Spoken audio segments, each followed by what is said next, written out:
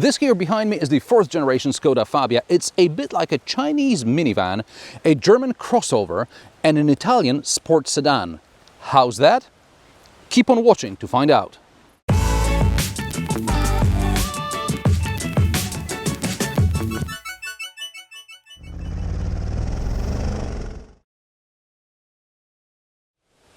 Let's start with the Chinese minivan. Fabia is an important model for Skoda. The first 3 generation sales added up to 4.5 million units. That's almost half of all European Skoda sales during this period. A Chinese minivan, Wuling Huangguang, sorry if I mispronounced it, also sold 4.5 million units, making it a bestseller over there. So Fabia for Skoda is what you guys are for me. I don't exist without my viewers, so hit subscribe. Then we have the German crossover. Skoda Fabia grew. It is now almost 411 centimeters long. Back in the day, compact cars were this long. Also, the wheelbase got longer by some 9 centimeters to over 256. Finally, because the 3rd generation Fabia was lagging behind. New dimensions, except the height, place the Fabia on par with some B crossovers. The Fabia has the same length and the same wheelbase as the VW T-Cross. And the Super Mini is actually 2 centimeters wider than the T-Cross. And what about the Italian sports sedan? Skoda designers worked on aerodynamics. The wing mirrors are smaller, there are new wheel designs, more aerodynamic apparently, as well as active flaps on the lower air intake there. And the bumper. This helps save up to 0.2 liters per 100 kilometers when driving at a constant speed of 120 kilometers per hour. Thanks to all the aero tweaking, the new Fabia now has the segment-leading drag coefficient of just 0.28, which happens to be the same as the Maserati Quattroporte 6. Booyakasha!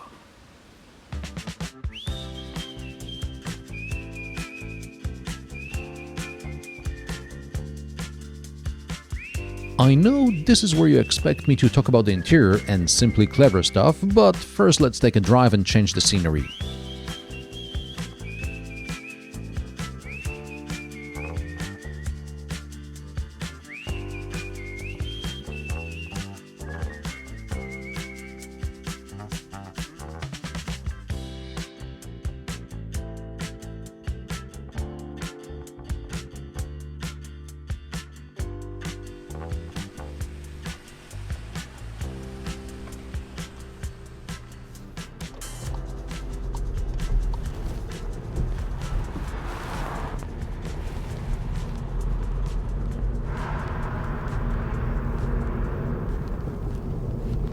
Those of you watching my reviews regularly perhaps noticed that I'm not on my usual filming location. We're at the Polish seaside around the so-called Tri-City Gdańsk, Sopot and Gdynia. This is where the Fabia International launch event is being held. Why Poland? In 2020, Poland was the 3rd market in terms of Fabia sales after Germany and Czechia and ahead of the UK. The 4th gen Skoda Fabia has 5 engine options. Most are 3-cylinder 1-liter petrols, MPI 65 and 80 horsepower, as well as TSI 95 and 110 horsepower. And then there is a cherry on top in the form of a 1.5-liter 4-pot 150 horsepower TSI motor. The less powerful engines come with a 5-speed manual gearbox. The 110 horsepower TSI gets a 6-speed manual or a 7-speed DSG, and the 1.5-liter TSI is DSG only.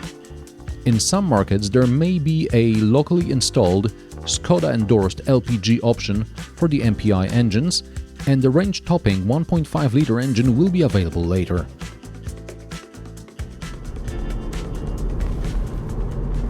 For a year or so, the new hatchback will be offered alongside the old estate. Apparently, this is due to production capacity, or so they say. Another possibility is that the cheaper estate will keep the fleet buyers happy.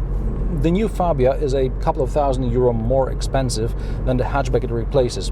Sure, there's new equipment, new quality, but when you want the most bang for your buck, and Dacia seems a bit too cheap and awful, then a couple of €1,000 sounds expensive. This is a 110 horsepower, 6-speed manual. Claimed fuel economy is less than 5 liters per 100 kilometers combined, and the claimed 0 to 100 kilometers per hour time is 9.7 seconds.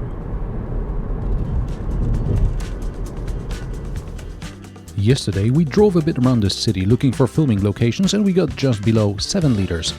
That's not a proper result as we drove only a couple of dozen kilometers rather than a couple of hundred.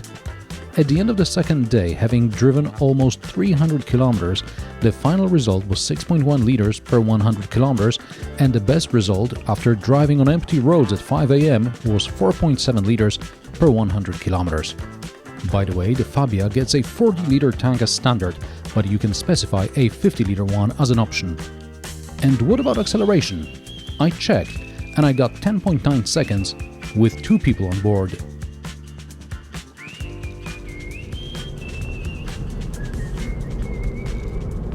I never thought I'm going to say this, but the Skoda Fabia is quite pleasant to drive. It's soft enough to feel comfortable, yet playful enough to encourage you once in a while to take a corner quicker than necessary and feel good about it. The steering is light, yet precise. The suspension is good on single as well as multiple bumps. The brakes are okay. By the way, the lowest trim gets drum brakes in the back, but you can upgrade to disc brakes all around. Visibility is decent and so is soundproofing. Even at motorway speeds you don't have to raise your voice to talk to the passenger, although it's not as quiet as the Honda Jazz. The 110 horsepower engine pulls from down low, and at higher RPM it growls like a playful little terrier, but if you want to get the good stuff out of it you need to ignore the Eco Nanny, and perhaps this is why I got crap fuel economy. And the manual shifter is notchy. You can solve this problem for €1,500 by upgrading to DSG. Also, I think it's worth upgrading from 95 horsepower to 110 horsepower, as it only costs £1,000.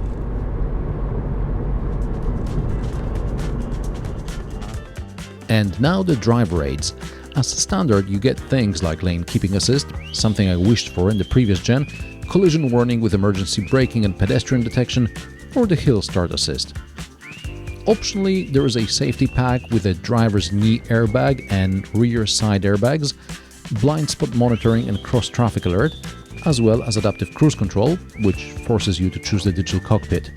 The adaptive cruise control is fine, perhaps a bit too nervous at short distance, but for a Super Mini it's more than adequate. And compared to earlier Skoda models, this one doesn't tell me to keep my hands on the wheel all the time, even when I'm holding the steering wheel.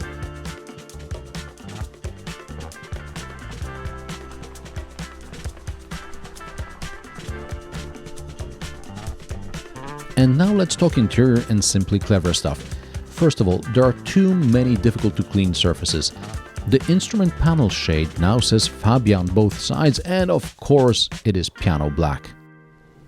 If you're into analog dials, do not despair, because the virtual instrument cluster is an option on the middle and top trim and not available on the bottom trim. Now, I will admit I'm not very good with displaying what I want on those virtual dials, because I think VW got the least bad version of the system, leaving Seat and Skoda to redesign it for their purposes, and it's a mixed bag.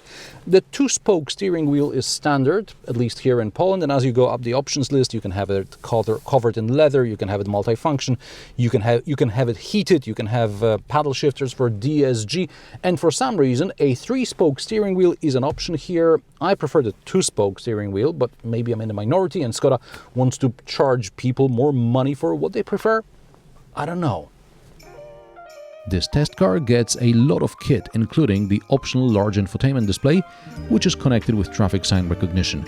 Depending on the market, there may be some tech packages related to infotainment and USB-C ports, like 2 in the back and the one next to the rearview mirror, great for powering dash cams.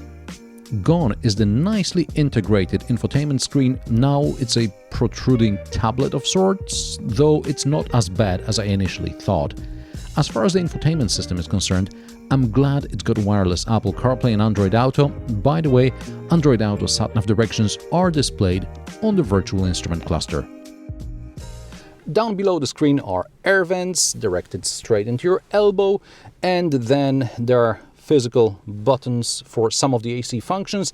First time in a Skoda we get dual zone climate control. Now, I've heard some of my colleagues complain that you have to press a button to adjust the fan strength, but since you have automatic climate control, you don't need to adjust the fan speed. By the way, another first for the Fabia is a heated windscreen. A great option if you live somewhere cold. You don't have to use the simply clever ice scraper living behind a fuel tank flap.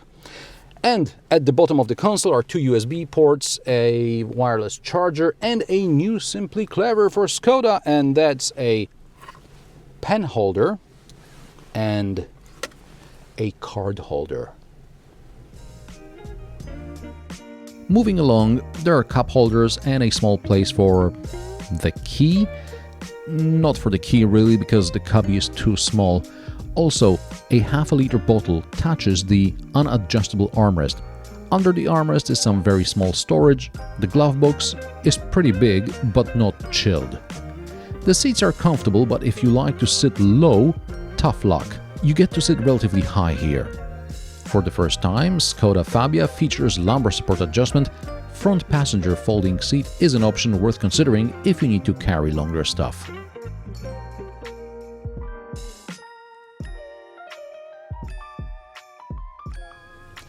Before I start talking about the rear seats, let's take a moment to admire the panoramic roof and the three-piece shade that comes off like this, and you can easily fold it and store it in the boot.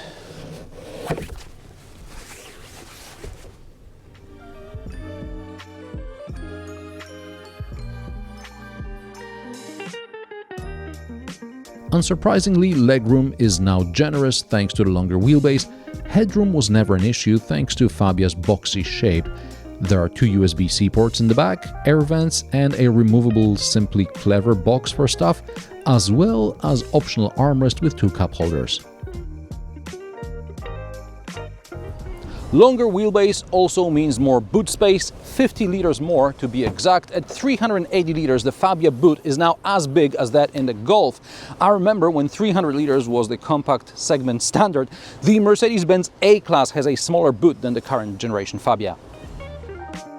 There's just too much Simply Clever stuff back here. There's a hanging coat storage hammock thingy, an adjustable organizer, and under the floor is a mat to protect the bumper from scratching. But if you want a flat loading area, the double floor deletes the Simply Clever storage pack, so you're left with numerous shopping bag hooks. Price of the 4th generation Skoda Fabia start in €16,290 for the 80 horsepower active model. These are German prices where, like in Poland, the 65 horsepower MPI engine is not offered. This test car is the style trim with a 110 horsepower engine and a manual gearbox. It starts at €21,890. With options, this test car costs about €28,000.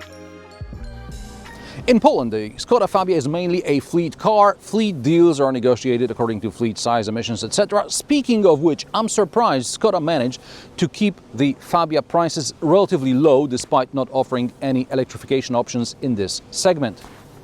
And what about the ordinary people? What do they care? They have to spend their own hard-earned money.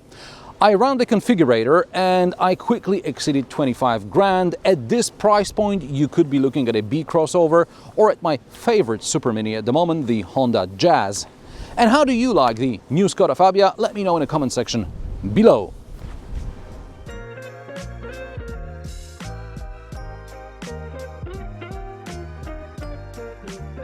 If you like my sarcastic, down-to-earth and possibly mildly amusing car reviews, join me every Friday at 3 p.m. Central European Time, and don't forget to subscribe and like this video as it helps me with the YouTube algorithm.